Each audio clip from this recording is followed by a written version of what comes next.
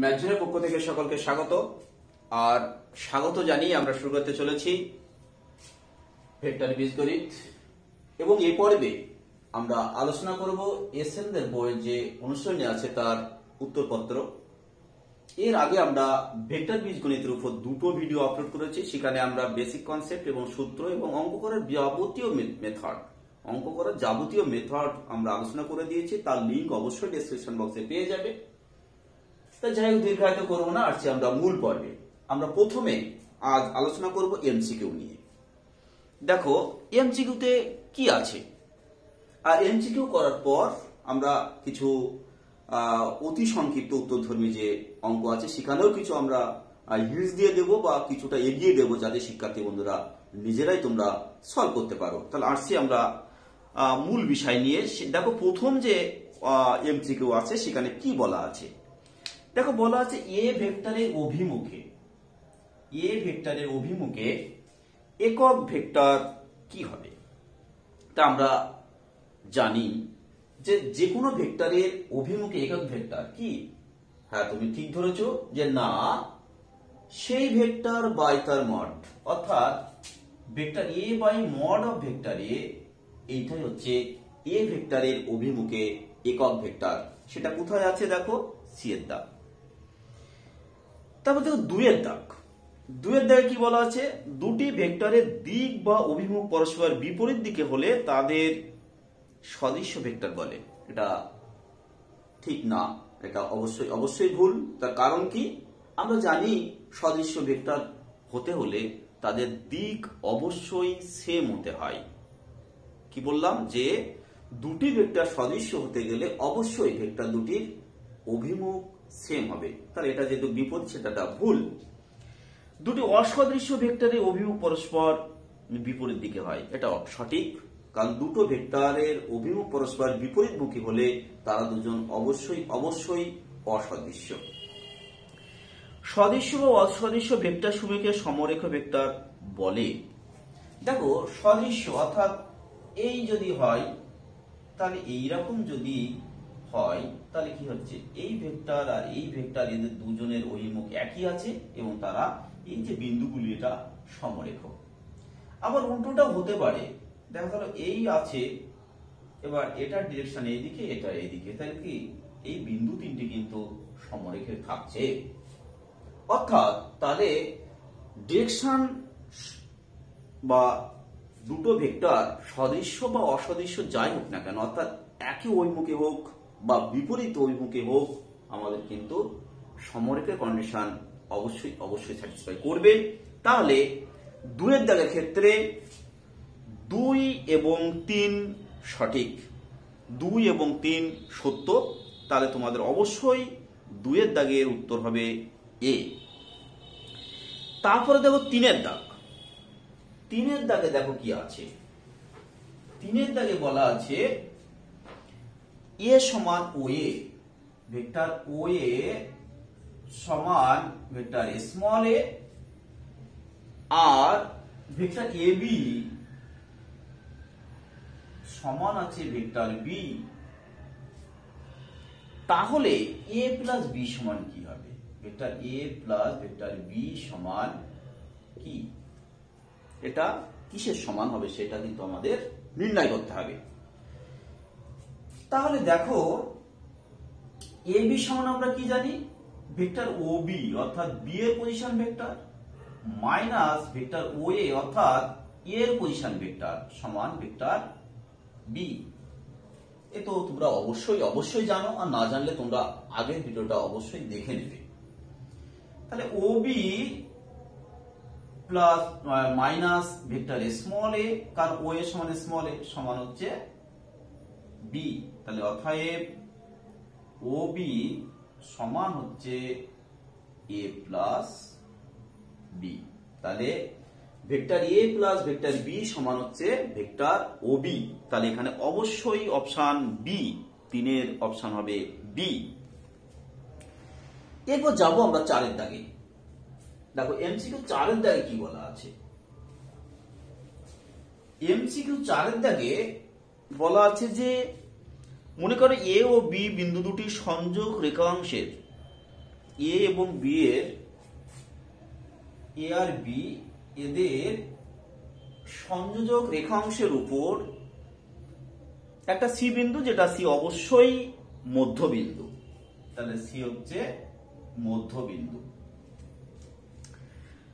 যদি এ ও সি বিন্দুর অবস্থান ভেক্টর দেওয়া থাকে, এ বিন্দুর অবস্থান ভেক্টর ভেক্টর স্মল এ, সি বিন্দুর অবস্থান ভেক্টর ভেক্টর স্মল সি, তাহলে আমাদের বি বিন্দুর অবস্থান ভেক্টর অর্থাৎ এর অবস্থান ভেক্টর আমার নির্ণয় করতে হবে।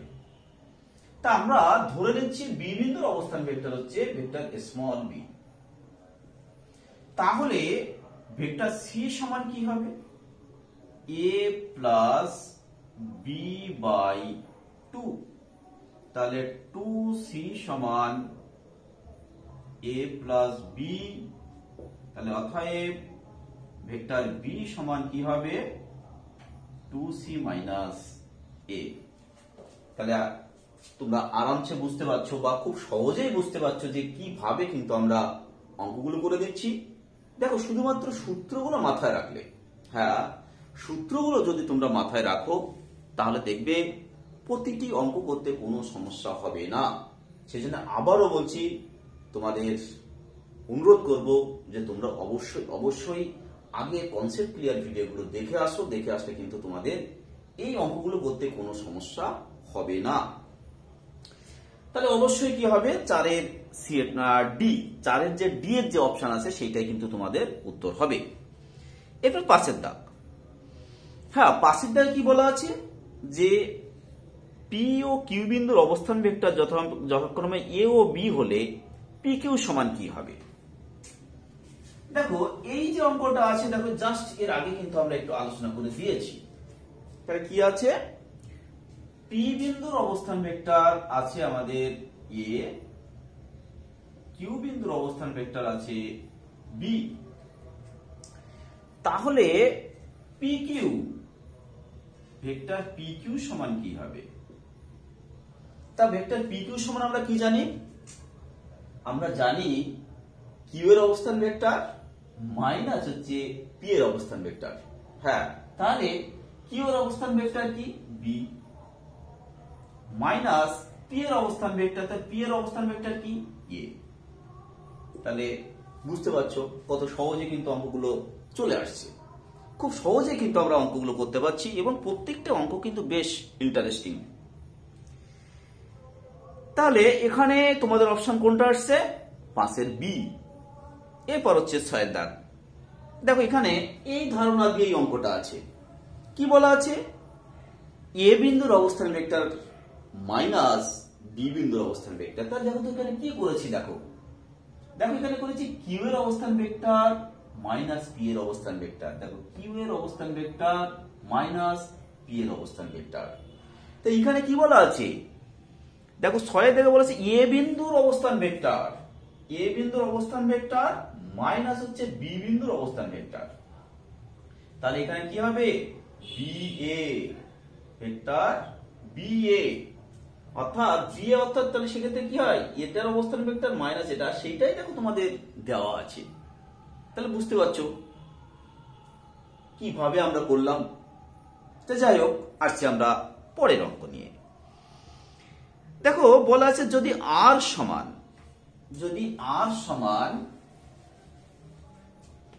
ভেক্টর স্মল আর সমান X A plus Y B plus Z C, এটা হয়।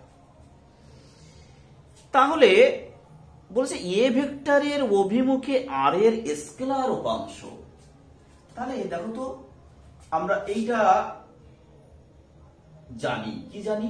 যদি I X plus J Y plus K Z এই আকারে থাকে, তাহলে এক্স অক্ষ বরাবর ভেক্টর উপাংশ হচ্ছে আইএক্স, আর এক্স অক্ষ বরাবর অর্থাৎ আর এর ক্ষেত্রে স্কেলার উপাংশ কিন্তু এক্স।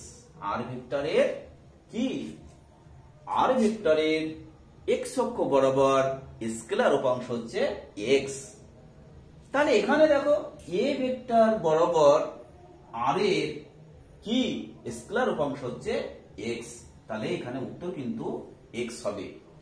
যদি এখানে বলা থাকতো কি বি ভেক্টরের অভিমুখে, তাহলে তখন হতো ওয়াই। যদি সি ভেক্টরের অভিমুখে বলতো স্কেলার উপাংশ, তাহলে তখন আমরা কি লিখতাম? অবশ্যই জেড লিখতাম। তা যাই হোক, এখানে যে অপশন আছে বা এখানে যে প্রশ্ন আছে সে অনুযায়ী কিন্তু আমাদের অপশন হবে ডি। ডি এর দিকে যে অপশন আছে সেটাই কিন্তু আমাদের উত্তর আসবে। এরপর দেখো একই অঙ্ক, কেমন? ভেক্টর ওপি সমান দেওয়া আছে xi plus yj plus zk। তাহলে বলছে y অক্ষ অভিমুখে ওপি এর ভেক্টর উপাংশ। তাহলে দেখো, আমি তো একটু আগেই বলে দিয়েছি, এই ক্ষেত্রে ভেক্টর উপাংশ বলেছিলাম কি ix, y অক্ষ বরাবর ভেক্টর উপাংশ jy, z অক্ষ বরাবর ভেক্টর উপাংশ হচ্ছে kz। তাহলে ভেক্টর ওপি সমান কি বলা আছে? ভেক্টর ওপি সমান বলা আছে xi cap plus yj cap plus zk cap, এটা বলা আছে। এবার হচ্ছে y অক্ষ বরাবর, কোন অক্ষ বরাবর? যে না, y অক্ষ বরাবর আমাদের ভেক্টর উপাংশ। তাহলে y অক্ষ বরাবর হচ্ছে ভেক্টর উপাংশ, এক্ষেত্রে কি হবে? অবশ্যই yj বা jy। তাহলে এখানে অপশনটা হবে কি 8 এর বি। এরপর যাই হোক, আমরা আসবো 9 এর দাগ। দেখো আলফা সমান দেওয়া আছে, আলফা সমান একটা ভেক্টর দেওয়া আছে আর বিটা সমান একটা ভেক্টর দেওয়া আছে। তা আলফা সমান কি বলা আছে? আলফা সমান দেওয়া আছে ভেক্টর আলফা সমান 2i plus 3j minus 6k, আর ভেক্টর বিটা সমান pi মাইনাস j প্লাস হচ্ছে কি আছে 2k। এই তাহলে এবার বলা হচ্ছে আলফা আর বিটা যদি পরস্পর সমান্তরাল হয়, কি না? আলফা আর বিটা যদি পরস্পর সমান্তরাল হয়, তাহলে আমাদের নির্ণয় করতে হবে কি পি সমান কত। তাহলে যেহেতু এরা দুজন সমান্তরাল, তাহলে আমরা কি জানি? যদি দুটো ভেক্টর সমান্তরাল হয়, অর্থাৎ এ এবং বি যদি পরস্পর সমান্তরাল হয়, তাহলে এ সমান ল্যামডা ইন্টু বি। তাহলে আলফা সমান কি হবে? Lambda into beta. তাহলে আলফার মান কি আছে? 2i plus 3j minus 6k সমান lambda into pi minus j plus হচ্ছে 2k। তাহলে এবার আমরা তুলনা করব। তুলনা করলে আমরা এখান থেকে কি পাবো? ল্যামডা পি সমান পাবো 2, মাইনাস ল্যামডা সমান পাবো আমরা 3, অর্থাৎ এখান থেকে ল্যামডা সমান হবে মাইনাস 3। তাহলে ল্যামডার মান এখানে বসালে কি হবে? মাইনাস 3p সমান হচ্ছে 2, তাহলে p সমান হচ্ছে মাইনাস 2/3। আর একটা যে মান আছে সেখানেও কিন্তু আমরা একই মান পাবো। কি পাবো? 2 ল্যামডা সমান হচ্ছে মাইনাস 6, অর্থাৎ ল্যামডা সমান হচ্ছে মাইনাস 3। তাহলে পি এর মান কত আসলো? মাইনাস 2/3, অর্থাৎ 9 সিটাই আমাদের অপশন। আমাদের কারেক্ট অপশন হচ্ছে 9 সি। আর এই যে অঙ্কটা করলাম, এই ধারণার কিন্তু আমরা বেশ কিছু অঙ্ক অতি সংক্ষিপ্ত বা সংক্ষিপ্ত উত্তরধর্মীতে পাবো। তা যাই হোক, এরপর আসবো আমরা 10 এর দাগ। তা 10 এর দাগে কি বলা আছে? 10 এর দাগে বলা আছে মড অফ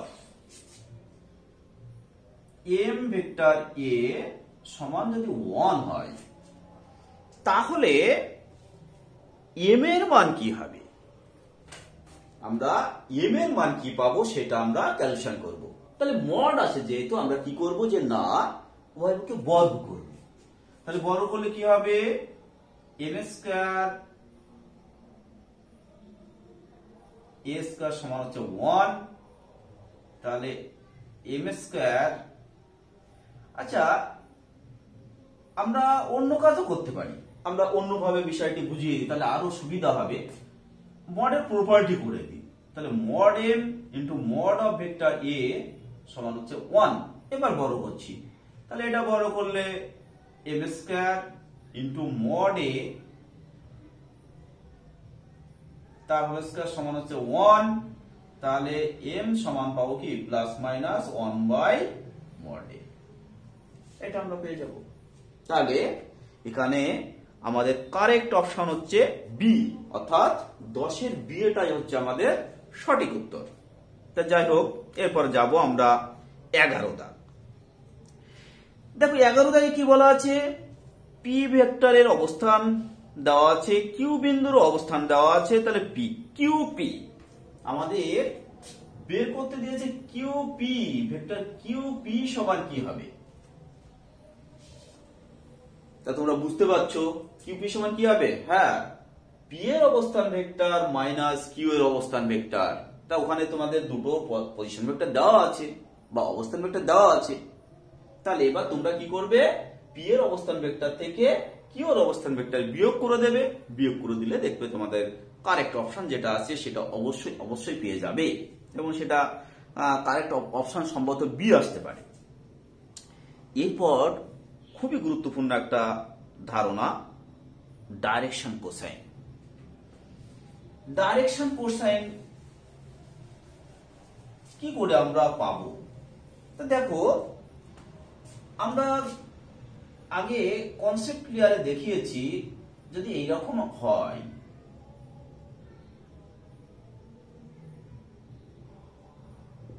তাহলে x by mod of r, y by mod of r, z by mod of r, এই হচ্ছে এই r ভেক্টরের ডাইরেকশন কোসাইন। আবারও বলছি, r সমান যদি এটা হয় তাহলে r ভেক্টরের ডাইরেকশন কোসাইন বা দিক কোসাইন হচ্ছে x by mod of r, y by mod of r, z by mod of r। এই ধারণা দিয়ে কিন্তু আমরা 12 দাগের অঙ্কটা করব। তা 12 দাগে কি বলা আছে, ও এ সমান দেওয়া আছে, ও বি সমান দেওয়া আছে, তাহলে সেখান থেকে আমাদের এ বি ভেক্টরের দিক কোসাইনগুলি নির্ণয় করতে হবে। তাহলে ভেক্টর এ বি সমান আমরা কি পাবো, বি এর অবস্থান ভেক্টর সেটা কি ও বি, মাইনাস এর অবস্থান ভেক্টর সেটা কি ও এ, তাহলে সমান অবশ্যই আমরা পেয়ে যাব দুটো মান। ও বি হচ্ছে 3i minus 2j, 3i minus 2j minus O A vector O A সমান কি আছে i মাইনাস আছে, তাহলে প্লাস 2k, তাহলে সমান হচ্ছে দেখো 3i থেকে i গেলে হবে 2i মাইনাস হচ্ছে 2j প্লাস হচ্ছে 2k। তা আমরা এখান থেকে কমন রেশিওটা আউট করে দিচ্ছি, তাহলে 2 ইন্টু এখানে কি হবে i মাইনাস j প্লাস হচ্ছে k, কারণ এই যে ডিসি আমরা যখন লিখছি কমন রেশিও কিন্তু আমরা আউট করে দিতে পারি, তাই সেই কমন রেশিওটা আগের থেকে আমরা আউট করে নিলাম বা কমন নিয়ে রেখে দিলাম।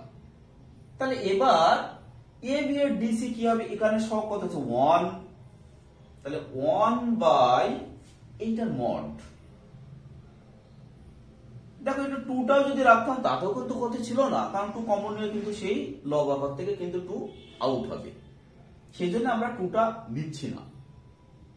তাহলে এখানে এর মড করলে কি হবে, রুটের ভিতরে এইটার স্কয়ার প্লাস এইটার সরি রুটের ভিতরে এইটার সহগের স্কয়ার যোগ এটার সহগের স্কয়ার যোগ এটার সহগের স্কয়ার, তাহলে এখানে 1 মাইনাস 1 আর হচ্ছে 1, তাহলে এই তিনটের বড় করে যোগ করলে কত হবে 3 আর তার হচ্ছে রুট, অর্থাৎ হবে √3 কমা -1 এটাও হবে √3, এটা 1/√3। তাহলে আবারও বলছি 2 কিন্তু রাখলেও কিন্তু ক্ষতি ছিল না, কারণ লব আর থেকে সেই 2 কিন্তু আউট হতো। তা আমরা 2 সেই জন্য বা কমন যেটা থাকবে সেটা কিন্তু আমরা কমন নিয়ে এই আই যে কে সহগ নিয়ে কিন্তু আমরা ক্যালকুলেশন করতে পারি। তাহলে এই হচ্ছে আমাদের ডিসি। তাহলে অবশ্যই এখানে অপশন আসবে সি, অর্থাৎ 12 হচ্ছে আমাদের সঠিক উত্তর। এই ছিল আমাদের এমসিকিউ। তা আশা করি তোমাদের প্রত্যেকটি অঙ্ক বুঝতে অসুবিধা হয়নি। যদি অসুবিধা হয় তাহলে অবশ্যই তোমরা কমেন্ট করবে, কমেন্ট করলে আমরা অবশ্যই তোমাদের উত্তর দেব। তা যাই হোক, এরপর আমরা যাব 4 দাগ, অতি সংক্ষিপ্ত 4 দাগ। প্রথমে দেখবে 1 দাগেও কিছু ডেফিনেশন আছে, 2 দাগ 3 দাগও একই টাইপের ডেফিনেশন কাজে লাগিয়ে কিন্তু আমাদের ক্যালকুলেশন করতে হবে, সেজন্য আমরা আলোচনা করছি না। ও বিষয় যে ডেফিনেশন বা যে ধারণা ওখানে চেয়েছে তা তোমরা অবশ্যই আগের ভিডিওই পেয়ে যাবে। দেখো 3 দাগে কি বলা আছে, এ সমান দেওয়া আছে, বি সমান দেওয়া আছে, তাহলে মড অফ 3a + 2b। তাহলে আমরা এখানে কি করব, 3a + 2b এই ভেক্টরের মানটা আমরা আগে ক্যালকুলেশন করব। তাহলে সমান 3 × a এর মান। তাহলে এখানে এর মান কি দেওয়া আছে, 2i - 5j + 3k, 2i - 5j + 3k plus 2 × 2i - 5j + 3k, b এর মান হচ্ছে i - 2j - 4k, i - 2j - 4k এটা আছে। এবার এখান থেকে আমাদের প্রথমে যোগ বিয়োগ করে নিতে হবে। তাহলে এখানে দেখো 6 আর এখানে 2, তাহলে 6i আর এখানে হচ্ছে 2i, তাহলে হবে 8i। এখানে দেখো -15 আর এখানে হচ্ছে -4, তাহলে -19j। আবারও দেখো 3 × 5 = 15, -15 আর 2 × 2 = 4, -4 তাহলে -19, 3 × 3 = 9 আর এখানে -8 + 9 -8 অর্থাৎ +1। তাহলে অতএব মড অফ 3a + 2b সমান, তাহলে কি হবে, রুটের ভিতরে আয়ের সহগের বর্গ সেটা কি 64, তারপরে 19 এর স্কয়ার প্লাস হচ্ছে কত 1 এর স্কয়ার, তাহলে এটা তো জানো 361। যাই হোক 64 যোগ 1 তার সঙ্গে 19 এর স্কয়ার যেটা আসবে 361, সেটা তোমরা যোগ করবে, যোগ করে বর্গমূল করলে যেটা হবে সেটাই হচ্ছে তোমাদের নির্ণয় উত্তর। দেখো একই টাইপের অঙ্ক 5 দাগ। 5 দাগে এ ভেক্টর দেওয়া আছে, বি ভেক্টর দেওয়া আছে, a + b নির্ণয় করতে হবে, তারপরে মড অফ a + b। তা সেম টাইপের অঙ্ক, এটা যেভাবে ক্যালকুলেশন করেছি তোমরা সেম নিয়মে 5টা ক্যালকুলেশন করবে, করলে উত্তর পেয়ে যাবে। এরপর 6 দাগ। 6 দাগে দেখো বলা আছে আলফা সমান দেওয়া আছে, বিটা সমান দেওয়া আছে। এবার 2α - বিটা এটা সমান ক্যালকুলেশন করতে হবে। তাহলে কিসের মান বের করতে হবে, প্রথমে তোমাদের ওখানে আলফা ভেক্টর আলফা সমান দেওয়া আছে, ভেক্টর বিটা সমান দেওয়া আছে। এবার এই দুটো মান থেকে তোমাদের কিসের মান বের করতে হবে, হ্যাঁ 2α - বিটা, 2α - বিটা সমান তোমরা ক্যালকুলেশন করবে। এরপর এটা একটা উত্তর চলে আসবে। এবার বলা হচ্ছে এই 2α - বিটা এর অভিমুখে কি না একক ভেক্টর নির্ণয় করতে হবে। তাহলে একক ভেক্টর কি হবে, 2α - beta by mod of 2α - beta.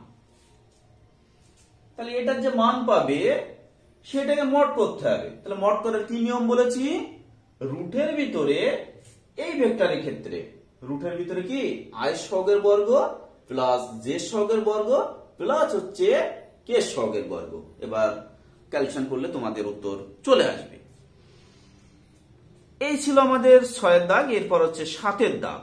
দেখো 7 এর দাগে বলা আছে দেখাও যে তিনটে ভেক্টর দেওয়া আছে, বলছে তিনটি ওই ভেক্টর একটি সমকোণী ত্রিভুজের তিনটি বাহু। তাহলে একটা সমকোণী ত্রিভুজের তিনটি বাহু, এইটা কিন্তু আমাদের প্রমাণ করতে হবে। তাহলে আমরা কিভাবে করব? তা তোমরা কি করবে, যে ভেক্টর গুলো দেওয়া আছে, ওখানে তিনটে ভেক্টর দেওয়া আছে, তাহলে সেই তিনটে ভেক্টরের ক্ষেত্রে তোমরা হয়তো ভেক্টর AB সমান করলে, একটা AB নিলে, একটা হচ্ছে ভেক্টর BC নিলে, আর একটা হয়তো ভেক্টর AC নিলে, তিনটে ভেক্টর নিয়ে নিলে।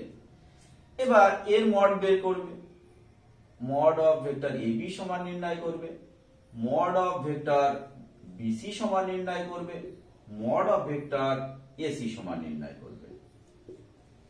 এই তিনটে ভেক্টর তোমরা নির্ণয় করবে। নির্ণয় করার পর কি করবে, এই তিনটির মধ্যে যে কোনো দুটির বর্গের সমষ্টি সমান অন্যটার বর্গ। এই তিনটি বাহুর মধ্যে যে কোনো দুটির বর্গের সমষ্টি সমান কি করবে, অন্যটির বর্গ। দেখালে প্রমাণ হবে যে ত্রিভুজটি একটি সমকোণী ত্রিভুজ। তার কারণ কি, আমরা পেলাম কি দুটি বাহুর বর্গের সমষ্টি সমান তৃতীয় বাহুর বর্গ, অর্থাৎ কি অতিভুজ স্কয়ার সমান লম্ব স্কয়ার যোগ ভূমি স্কয়ার। এটা কিন্তু আমরা পেয়ে যাচ্ছি। তাহলে তোমরা বুঝতে পেরেছো কিভাবে করতে হবে। এরপর 8 এর দাগ। দেখো বলেছে এ বি ও সি বিন্দুর অবস্থান ভেক্টর যথাক্রমে দেওয়া আছে। এ বলছে এ কমা বি কমা সি তিনটি যে বিন্দু তারা সমরেখ, এটা আমাদের প্রমাণ করতে হবে। তাহলে দেখো এ বিন্দুর অবস্থান ভেক্টর দেওয়া আছে। তাহলে এ বিন্দুর অবস্থান ভেক্টর কি বলা আছে, এ বিন্দুর অবস্থান ভেক্টর বলা আছে -5i plus j, -5i plus j। B বিন্দুর অবস্থান ভেক্টর কি বলা আছে 5i plus 5j, 5i plus 5j। C বিন্দুর অবস্থান ভেক্টর কি বলা আছে 10i plus 7j, 10i plus 7j এটা বলা আছে। তা আমরা এখান থেকে ভেক্টর AB সমান নির্ণয় করব। তাহলে ভেক্টর AB সমান কি, B এর অবস্থান ভেক্টর মাইনাস A এর অবস্থান ভেক্টর। তাহলে 5i প্লাস 5j, তাহলে মাইনাস এইটা, তাহলে এটা হবে minus plus 5i minus j, অর্থাৎ সমান হবে 10i মাইনাস